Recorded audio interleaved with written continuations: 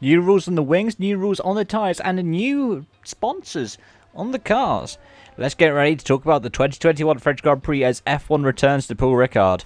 And let me know your thoughts in the comment section down below. Who do you think is going to be out on top? Is it going to be Mercedes returning to the top step? They last had a 1-2 around there. Or will it be Red Bull bringing the challenge? Even if they've got, well, arguably hampered by the rules. And let's start off by talking about those as we return to the HTTT, the high-tech testing track, which people don't really like because of the fact that it's a testing track, but I would argue that it's the perfect way to test out the old Bernie Ecclestone idea of turning on sprinklers in the middle of the races. Why not? It would be a lot of fun. The rule changes for Paul Ricard are surrounding both the tyres and the rear wings. With the rear wings, it's to make sure that they are a bit less flexible. They're called limbo wings, because Mercedes were protesting the amount by which the Red Bull wings bent under pressure.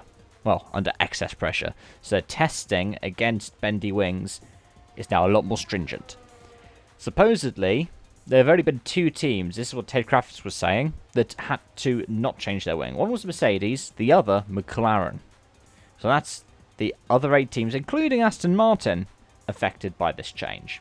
In terms of the tyre blankets ruling, this is after Baku, where, well, before Baku, I think it was around the time of Monaco, and after Catalonia, Lewis Hamilton alleged that Red Bull left the tyre blankets off Max Verstappen's car for a prolonged period of time before sending him out on track, which allowed them to cool a bit.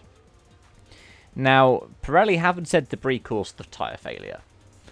They also, quite notably, haven't said that it was because they were running the tyres outside of the issued parameters. But what they are advising now, which the rules are being brought in, is that the tyre, as soon as the tyre blankets go off, the car's rolling, essentially.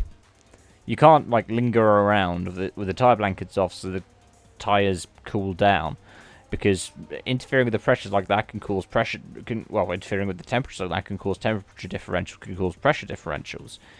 And they reckon that that's what's causing the delaminations. No kind of product failure, nothing else like that. Which I found a bit interesting.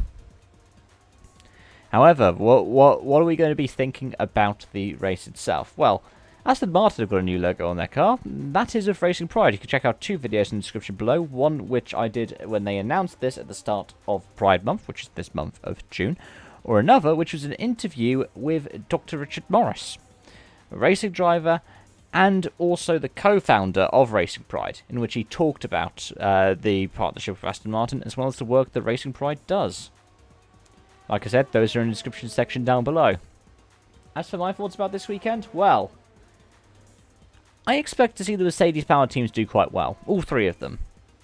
Because unlike Baku, where Mercedes were hampered through the technical, twistier sections being slightly longer wheelbase and being lower rake, well, that's just historically how our ideologies worked around tracks like this and, Baku and Monaco. I reckon there's somewhere like Paul Ricard's going to favour them a lot more. Likewise, Aston Martin, and likewise, even though they're kind of a hybrid of the low and high, McLaren. Because Mercedes seem to have had the measure of power units in straight lines. That said, do look out for Honda.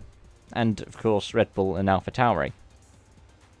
I don't reckon they're going to have the edge over the Mercedes-powered cars, just because of the ideologies of the 2 powertrains.